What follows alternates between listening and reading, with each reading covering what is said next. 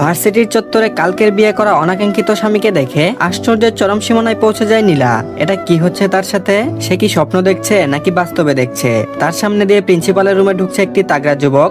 নীলা মনে মনে ভাবছে, উনি কি এই ভার্সিটিতে পড়ছেন? তাহলে এতদিন আমি ওনাকে এই ভার্সিটিতে দেখলাম না কেন? নীলার এসব ভাবনার মাঝেই কোনই দিয়ে গোতা মারে তার বেস্ট ফ্রেন্ড সিদ্ধাতুল সিনথিয়া, আর বলে, কিরে নীলা, এত কি ভাবছিস? তাড়াতাড়ি চল, না হলে মাহির স্যারের ক্লাস মিস হয়ে যাবে। বলতে বলতে নীলাকে টানতে টানতে নিয়ে যায় ক্লাসের সামনে আসতে সিনথিয়া বলে, may I come in sir. তাদের দেখে রাগান্বিত দৃষ্টিতে এগিয়ে আসে প্রফেসর মাহির। তাদের সামনে এসে ঝাড়ি মেরে মাহির স্যার বলে, এই তোমরা কখনো ভালো হবে না? লেট করে আসা কি তোমাদের প্রতিদিনের রুটিন হয়ে গিয়েছে? সিনথিয়া মাথা নিচু করে বলে, সরি স্যার, আর লেট হবে না। রাগে দাঁত চেপে প্রফেসর মাহির বলে, এটা তো তোমাদের প্রতিদিনের ডায়লগ, তাড়াতাড়ি নিজেদের সিটে গিয়ে বসো যাও। এরপর দ্রুত গতিতে ফিরে যায় নির্দিষ্ট জায়গায়। নীলা এখনো তবদা খেয়ে দাঁড়িয়ে আছে। সিনথিয়া কোনো রকমে টানতে টানতে নীলাকে নিয়ে বসে নিজেদের সিটে। কোনো রকমে 2টা ক্লাস করে রুম থেকে বেরিয়ে আসেন নীলা। নীলাকে বেরিয়ে আসতে দেখে সিনথিয়া ছুটে তার পিছু। ও হ্যাঁ, আপনাদের তো পরিচয় দেওয়া হয়নি। নাম নীলা, পুরো নাম নিশিতা আফরিন নীলা। পরিবারের 2 মাত্র আদরের মেয়ে, মানে পরিবারের ছোট মেয়ে। বাবার নাম সুজয় শিকদার, মায়ের নাম তনয়া শিকদার। বড় ভাইয়ের নাম কাব্য শিকদার কায়েব, বড় চাচার নাম সঞ্জয় শিকদার, চাচির নাম আসিয়া শিকদার। বড় চাচার 2 সন্তান, বড় ছেলের নাম ইমন শিকদার আর ছোট মেয়ের নাম মনীষিয়া মুনা। ক্লাসরুম থেকে বেরিয়ে ভার্সিটির পিছনে বিশাল বটগাছের নিচে বসে পড়ে নীলা। একে একে ভাবতে থাকে কালকের ঘটে যাওয়া ঘটনা। সকাল 9টা বাজে ঘুম ভেঙেছে নীলার। সিঁড়ি দিয়ে নিচে নেমে ডাইনিং টেবিলে যেতে বাড়ি ভর্তি মানুষ চোখে পড়ে।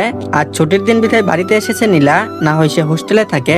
সকাল সকাল এত মানুষের আনাগোনা কিছুই বোধগম্য হচ্ছে না নীলার। নীলাকে ডাইনিং টেবিলে আসতে দেখে এগিয়ে আসলেন নীলার বাবা সুজয় শিকদার। নীলাকে ডাইনিং টেবিলে আসতে দেখে এগিয়ে আসলেন নীলার বাবা সুজয় শিকদার। নীলা বাবাকে এগিয়ে এসে এভাবে কাচুমাচু করতে দেখে বলে, বাবা তুমি কি কিছু বলবে? সুজয় শিকদার কিছুটা ইতস্তত ভঙ্গিতে বলেন, মারে তোর এই বাবার উপর ভরসা আছে তো? সুজয় শিকদারের কথায় চটজলদি জবাব দেয় নীলা। তারপর বলে, বাবা এত কথা পেঁচিয়ে না বলে সোজা সোজা বলো তো কি বলবে? এবার সুজয় শিকদার চোখ বন্ধ করে একদমই বলতে লাগলেন, মা আমার বন্ধুর তোকে এক দেখায় পছন্দ হয়েছে তার ছেলের জন্য। তারা চাই আজকেই কাবিন করে রাখতে। তাই তারা আজকে আসছে তোকে বাড়ির পুত্রবধূ বানানোর জন্য। কালকে রাতেই ফোন করে জানিয়েছেন তারা, তাই তোকে বলার সময় পাইনি। বলতে বলতে কিছুটা থামলেন সুজয় শিকদার। এরপর আবারও বলতে শুরু করলেন, তারা অনেক রিকোয়েস্ট করেছিল, আমি তাই তাদের বলেছি আসার জন্য। এখন তুই গিয়ে রেডি হয়ে নে মা। কথা শেষ করে সুজয় শিকদার তাকালেন নীলার দিকে। নীলা এক দৃষ্টিতে তাকিয়ে আছে সুজয় শিকদারের দিকে। নীলা পুনরায় খাবার খেতে শুরু করলো। তারপর বলল, তুমি চাও আমি তোমার বন্ধুর ছেলেকে বিয়ে করি? তুমি আমার সম্মতি না নিয়ে আমার বিয়েটা ঠিক করে নিলে। ঠিক আছে, আমি রুমে গিয়ে রেডি হয়ে নিচ্ছি। বলে খাবার শেষ করে নিজের রুমে ফিরে গেল নীলা। নীলার কথা কেন জানি বিশ্বাস হলো না সুজয় শিকদারের। তিনি চিন্তিত মুখে বসে পড়লেন সোফায়, কারণ তার এই ঘাটতেরা মেয়ে মুখে বলে একটা আর কাজে করে দেখায় আরেকটা। প্রায় 11টার দিকে রুম থেকে এলো মোনা ঘরে ঢুকে বলতে লাগে, কি ভাগ্য আমার নিশি, নিজে বিয়ে না করে নিজের 2 মাসের ছোট বোনকে বিয়ের জন্য তৈরি করতে এসেছি। বাহ বাহ। নীলা বলল, তুই কিন্তু একদম রাগ উঠাবি না মোনা। নীলার কথায় ফিক করে হাসতে শুরু করে মোনা নিজের হাসি থামিয়ে বলে, ওলে বাবালে, আমার নিশি দেখি আমার সাথে রাগ করেছে। নীলা বলল, মোনা কি বলবি তুই? দ্রুত বলে বিদায় হ। মোনা বলল, আমার ঠেকা পড়েছে আমার বিশাল রুম রেখে তোর রুমে আসার। আমাকে তো ছোট মা বললো তোকে বিয়ের লেহেঙ্গাটা দিয়ে যাই, তাই আসলাম। এনে ধর তোর লেহেঙ্গা। বলে নীলার হাতে লেহেঙ্গা ধরিয়ে দিয়ে কক্ষ থেকে প্রস্থান করে মোনা। এরপর প্রায় আধ ঘন্টা পর নীলার কক্ষে পুনরায় প্রবেশ করে মোনা। নীলার দিকে তাকিয়ে দাঁত কেলিয়ে হেসে বলে, হি তোকে সাজুগুজু করাতে এসেছি। মা আমাকে বললো তোকে ভালোভাবে যাতে সাজিয়ে দেই, তাই। নীলাও ভদ্রমের মতো চুপচাপ সেজে নিল। নীলার সাজগুজ শেষ হতেই মোনা নিচ থেকে শুনতে পেল বরপক্ষ চলে এসেছে। তাই সে নীলার দিকে ফিরে বলল, মাশাআল্লাহ কি মিষ্টি লাগছে তোকে আমার বেবিটা। এখানে কিছুক্ষণ একা একা বস, আমি দুলাভাইকে দেখেই চলে আসবো। এই কথা বলে রুম থেকে বেরিয়ে যায় মোনার যাওয়ার পানে তাকিয়ে বাঁকা হাসে নীলা। হবু বরপক্ষের সাথে কুশলাদি বিনিময় করে মোনা নীলার রুমের উদ্দেশ্যে পা বাড়ায়। নীলার রুমের ভেতরে নীলাকে দেখতে না পেয়ে ওয়াশরুম চেক করে মোনা। না, নীলা ওয়াশরুমেও নেই। তাহলে কোথায় যেতে পারে নীলা? মোনা আবারও নীলাকে ডাকতে শুরু করে, নিশি এই নিশি। ডাকতে ডাকতে ব্যালকনিতে চলে যায় মোনা। ব্যালকনিতে গিয়ে বিষম খেয়ে মুখ হা হয়ে যায় মোনার। 2 তলা বিশিষ্ট বাড়ির 2 তলার বারিন্দা থেকে ঝুলছে শাড়ি। নীলার রুমটি একদম বাড়ির পেছনের দিকে। এটারই সুযোগ নিয়েছে নীলা। বারান্দার রেলিং এ শাড়ি বাঁধা রয়েছে। হয়তো নীলা শাড়ি বেয়ে নিচে নেমে পালিয়ে গিয়েছে বিয়ে থেকে। এটা দেখে সশব্দে চিৎকার করে ওঠে মোনা। তারপর বলে, নিশিতা। বিশাল রাস্তার উপর একটি লাল রঙের গাড়ি থামানো আছে। গাড়ির সামনে দাঁড়িয়ে আছে 3 জন যুবক। একজনের পরনে গোল্ডেন শেরওয়ানি আর 2 জন ফর্মাল কোট এন্ড প্যান্ট পরানো। তাদের মধ্যে থাকে একজন যুবক বলল, এই গাড়িটার আবার কি হলো? এদিকে মা একের পর এক কল দিয়ে যাচ্ছে। আর্যের কথায় দ্বিতীয় যুবকটি বলে, এক কাজ কর আর্য, তুই আর জিহাদ খুঁজে দেখ কোনো গাড়ি পাস কিনা, ততক্ষণ আমি কাউকে কল দিয়ে বলে দিচ্ছি আমাদের গাড়িটা এখান থেকে নিয়ে যেতে। ও তার আগে আপনাদের পরিচয়টা দিয়ে নেই। নাম সাইফান, পুরো নাম সাইফান আদ্রাসান চৌধুরী, বাবার নাম পাভেল চৌধুরী, মায়ের নাম কোহিনুর চৌধুরী, ভাইয়ের নাম আর্য চৌধুরী, বোনের নাম পিহু আক্তার পৃথা, সাইফানের ছোট চাচার নাম জাভেদ চৌধুরী, চাচির নাম ইয়াসমিন চৌধুরী, তাদের 2 সন্তান, বড় ছেলের নাম জিহাদ চৌধুরী, মেয়ের নাম ইসরাত জাহান জেরিন। সাইফানের কথা শুনে তারা দুজন একটু দূরে যায় গাড়ি খোঁজ করতে। এই সুযোগে সাইফান গাড়িতে উঠে তাদের সামনে দিয়ে গাড়ি চালিয়ে চলে যায়। যাওয়ার সময় অবশ্য জিহাদের ওয়ালেটটা বের করে রাস্তায় ফেলে যায়। সাইফানের যাওয়ার দিকে ফেল নয়নে তাকিয়ে জিহাদ আর্যকে বলে, ভাই এটা কি হলো? সাইফান ভাই আমাদের এভাবে বলদ বানালো। আর্য বলে, আরে ভাই তুমি আগে আম্মুকে কল দাও, সাইফান ভাই বিয়ে থেকে পালিয়ে গেছে। আর্যের কথা শুনে জিহাদ বলল, কিভাবে কল দেব? আমার আর তোমার ফোন তো সাইফান ভাইয়ের গাড়ির ভিতরে। আর্য হতাশ কণ্ঠে বলল, আমরা যেন ভালোভাবে বাসায় যেতে পারি, তাই সাইফান ভাইয়া ওয়ালেটটা ফেলে গেছে। আর্য কিছুক্ষণ এদিক সেদিক তাকিয়ে রিক্সা দেখতে পেল। আর্য রিক্সার কাছে গিয়ে ফিসফিস করে রিক্সাওয়ালা মামাকে বলল, মামা যাবেন? রিক্সাওয়ালা বলল, জি মামা জামু। আর্য উঠে বসে রিক্সাতে, জিহাদকে ইশারা দিতেই সেও বসে রিক্সাতে। রিক্সা চলতে শুরু করলো। আর এদিকে মুনার চিৎকারে নীলার কক্ষে ছুটে আসে সুজয় শিকদার, তনয় শিকদার, সঞ্জয় শিকদার, আছিয়া শিকদার আর ইমন। আর কাব্য বাবার মুখ থেকে নীলার বিয়ের কথা শুনে সেই যে বাড়ি থেকে বের হয়েছিল সবেমাত্র বাড়িতে প্রবেশ করেছে। মুনার চিৎকার শুনে সেও এসেছে নীলার রুমে এসে নীলাকে দেখতে না পেয়ে পাগল প্রায় বাড়ির প্রত্যেকটি সদস্য। নিচে বরপক্ষের মানুষজন বসে আছেন। লোকজন যদি জানতে পারে মন্ত্রী সুজয় শিকদারের মেয়ে বিয়ে থেকে পালিয়ে গেছে, তাহলে তার মান সম্মান কিছু থাকবে কি? তার এত বছরের তিলে তিলে গড়ে তোলা সম্মান এক নিমিষেই ধুলোয় মিশে যাবে। সুজয় শিকদার বললেন, আমি জানতাম এই ঘাটতেরা মেয়ে আমার কোনো কথাই শুনবে না। কাব্য রাগ দেখিয়ে বলে, জানতে যখন বিয়ে দিতে গেলে কেন? আমার বোনের যদি কিছু হয়েছে না? ইমন বলল, চুপ করতো কাব্য। ইমনের কথায় কাব্য কিছুক্ষণের জন্য চুপ হয়। কাব্যের রাগ বেশি, তবে বড়দের সাথে বেয়াদবের মতো কথা বলার মানুষ নয়। নীলার বিয়ের কথা শুনে মাথা কিছুটা গরম হয়ে গিয়েছিল তার। তবে যখন শুনেছে নীলার বিয়ে তার বন্ধুর সাথে হবে, তখন সে বাড়িতে ফিরে এসেছে। তবে বাড়িতে ফিরে এমন একটা ঘটনা দেখতে হবে কোনো কালেও ভাবেনি সে। কিছু একটা মাথায় আসতেই পকেট থেকে ফোন বের করে কল লাগাই কাব্য। কল রিসিভ হতে ঝাঁঝালো কণ্ঠে কাব্য বলে, আমার বোন বিয়ে থেকে পালিয়েছে, হয়তো এখনো বেশি দূর যেতে পারেনি। তোরা এখনই নীলাকে খুঁজে বাড়িতে নিয়ে আয়। খবরদার আমার বোনের গায়ে যেন একটা টুকাও না পড়ে। আর হ্যাঁ, যদি নীলার সাথে অন্য ছেলে বা অন্য কেউ থাকে, তাহলে তাকেও সাথে নিয়ে আসবি। তাদের সাথে কোনো প্রকার মারামারি করবি না, তাদের বুঝিয়ে বাড়িতে নিয়ে আসবি, তাদের গায়ে হাত লাগাবি না। একদমে কথাগুলো বলে শান্ত হলো সে।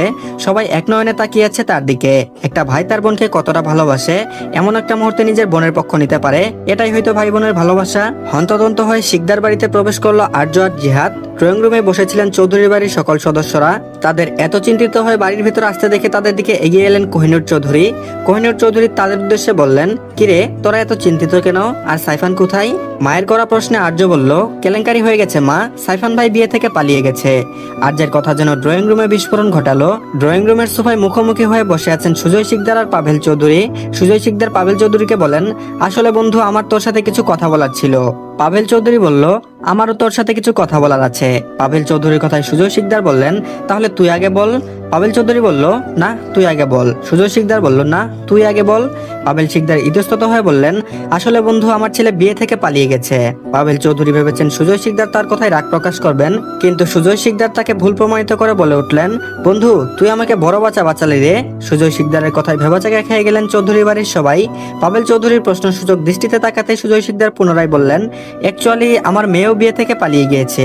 সুজয় শিকদারের কথায় পাভেল চৌধুরী হাসবেন না কাঁদবেন কিছু বুঝতে পারলো না। তাহলে আর কি, সুজয় শিকদার চৌধুরী বাড়ির সবাইকে বুঝে বাড়ি পাঠিয়ে দিলেন। এখানে তারা কি আর করবে? ছেলে মেয়ে যদি রাজি না হয় তাহলে তারা জোর করে কি করবে? এখানে একটা জিনিস ভালো হলো যে ছেলে মেয়ে দুজনেই পালিয়ে গেছে। যদি মেয়ে পালিয়ে যেত তাহলে ছেলে বাড়ির লোকেরা অসম্মানিত হতো, আর যদি ছেলে পালিয়ে যেত তাহলে মেয়ের বাড়ির লোকেরা অসম্মানিত হতো এবং সমাজের কাছে নানা কটু কথা শুনতে হতো। যাক ভালো হয়েছে ছেলে মেয়ে একসাথেই পালিয়ে গিয়েছে বিয়ে থেকে। এদিকে পেট্রোল পাম্পের সামনে দাঁড়িয়ে আছে সাইফানের লাল রঙের গাড়িটা। সাইফানের গাড়িতে পেট্রোল ভরা শেষ হলে গাড়ি স্টার্ট দেয়। সাইফান পেট্রোল পাম্প থেকে বের হয়ে কিছুটা এগোতেই দেখতে পাই একটি মেয়ে লাল রঙের লেহেঙ্গা পরে কাঁধে একটি কালো ব্যাগ নিয়ে বউ সেজে দৌড়ে আসছে এদিকে। মেয়েটার থেকে দূরে কালো পোশাক পরিধান করে 10 থেকে 15 জন লোক দৌড়ে আসছে। মেয়েটাকে দেখে যেন সাইফানের হৃদস্পন্দন বেড়ে গিয়েছে। বাম পাশে হৃদযন্ত্রটা টিপ টিপ করে কিসের যেন আভাস দিচ্ছে। সাইফান মেয়েটার দিকে একদৃষ্টিতে তাকিয়ে আছে। দেখতে দেখতে মেয়েটা দৌড়ে এসে সাইফানের গাড়ির জানালায় নক করে। মেয়েটা নক করে বলে, এই যে ভাইয়া গাড়ির দরজাটা একটু খুলে দিন, আমাকে একটু আপনার গাড়ি দিয়ে দূরে কোথাও নিয়ে যান। সাইফান এখনো মেয়েটার দিকে তাকিয়ে আছে। সাইফানের মনে হচ্ছে হচ্ছে একটি বাচ্চা মেয়ে বউ সেজে দাঁড়িয়ে আছে তার সামনে। মেয়েটি এবার জোরে বলে উঠলো, এই যে ভাইয়া। সাইফান যেন কিছু বুঝতে পারছে না এখানে কি হচ্ছে। মেয়েটা আবারও বলে, ভাইয়া আমাকে গাড়িতে উঠতে দিন প্লিজ। মেয়েটার কথায় সাইফান ড্রাইভিং সিটের পাশের সিটের দরজাটি খুলে দেয়। মেয়েটা দ্রুত গাড়িতে উঠে বসে। সাইফানকে নিজের দিকে তাকিয়ে থাকতে দেখে মেয়েটা বিরক্তি নিয়ে বলে, ভাইয়া এবার গাড়িটা স্টার্ট দেন, না হয় ওনারা ধরতে পারলে আপনাকে পিটিয়ে আলুর ভর্তা বানিয়ে দিবে। মেয়েটির কথা শুনে গাড়ি স্টার্ট দেয় সাইফান। গাড়িতে উঠে দুজন দুজনকে দেখে বলে ওঠে, আপনি বিয়ে থেকে পালিয়ে এসেছেন। এক কথায় দুজনেই চুপ হয়ে যায়। গাড়ি চালাতে চালাতে দুপুর থেকে এখন প্রায় সন্ধ্যা হয়ে গিয়েছে। এতক্ষণে নীলা এবং সাইফান নিজেদের ব্যাপারটা একে অপরকে খুলে বলেছে। দুজন একে অপরের সাথে ঘটে যাওয়া ঘটনা শুনে বলে ওঠে, আপনার আর আমার ভাগ্যটা একদম একই রকম। বলে একসাথে হেসে ওঠে দুজন। সাইফান এখন নীলার দিকে তাকিয়ে বলে, আমি কি শুধু গাড়ি চালিয়ে যাব? আপনি বলেন আপনি কোথায় যাবেন, আমি আপনাকে রেখে আসি। সাইফানের কথায় নীলার ভাবনায় ফাটল ধরে। নীলা তখন কিছু একটা ভাবছিল। নীলা সাইফানকে উদ্দেশ্য করে বলে, আমি একটা কথা বলতে চাই যদি আপনি আপত্তি না করেন। সাইফান বলল, বলেন। নীলা বলল, আমার মনে হয় আমাদের একে অপরকে বিয়ে করে নেওয়া উচিত। নীলার কথায় ভীষণ খেলো সাইফান। হুট করে কাশি দিতে শুরু করে সাইফান। সাইফান কাশি দিতে দিতে বলল, কেন বলুন তো? সাইফানের কথায় মৃদু হাসে নীলা। এরপর বলে, কারণ আমাদের দুজনের পরিস্থিতি এখন একই রকম। হয়তো আমরা আজকে বিয়ের হাত থেকে বেঁচে গেলাম, কিন্তু আগামীকাল যদি আমাদের ফ্যামিলি আবার আমাদের বিয়ে দিতে চাই তখন? এর চেয়ে ভালো আমরা দুজন একে অপরকে বিয়ে করে ফেলি। পরে যদি আমাদের মধ্যে তেমন কোনো সম্পর্ক না হয় তাহলে আমরা ডিভোর্স নিয়ে নিতে পারি। বিয়ে করার পর না হয় আমাদের মধ্যকার সম্পর্ক গোপন রইল। যদি আমাদের সম্পর্কের উন্নতি হয় তখন সবাইকে জানাবো। আপনার কি মনে হয়? নীলার কথায় সাইফানের যুক্তিসম্মত মনে হলো। এরপর সাইফান নীলাকে জ্বালানোর জন্য বলল, ভালো কথা, আপনি ভেবেচিন্তে বলছেন তো? একবার বিয়ে হয়ে গেলে আমার কাছ থেকে যেতে পারবেন না আপনি? আপনার বয়স কত? নীলা ভাব নিয়ে বলে, আমি ভেবেই বলেছি। আর হ্যাঁ, গত পরশুদিন আমি 19তে পা দিয়েছি। নীলার কথায় কাশি থামিয়ে সশব্দে হেসে ওঠে সাইফান। নীলা ফ্রুকুচকে তাকাতেই চুপ হয়ে যায় সাইফান। পর মুহূর্তে দেখা যায় নীলা এবং সাইফান কাজী অফিস থেকে বের হচ্ছে।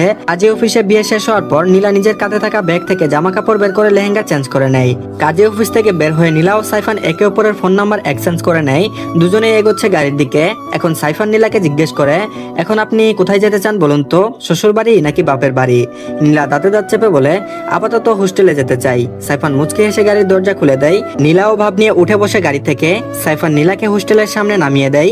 অবশ্য সাইফান হোস্টেলটা দেখে আশ্চর্য হয়েছিল, তবে কিছু বলেনি। নীলা হোস্টেলের ভিতরে যেতে নিলে পুনরায় সাইফানের কাছে এসে বলল, মনে রাখবেন আমাদের বিয়েটা যেন প্রকাশিত না হয়।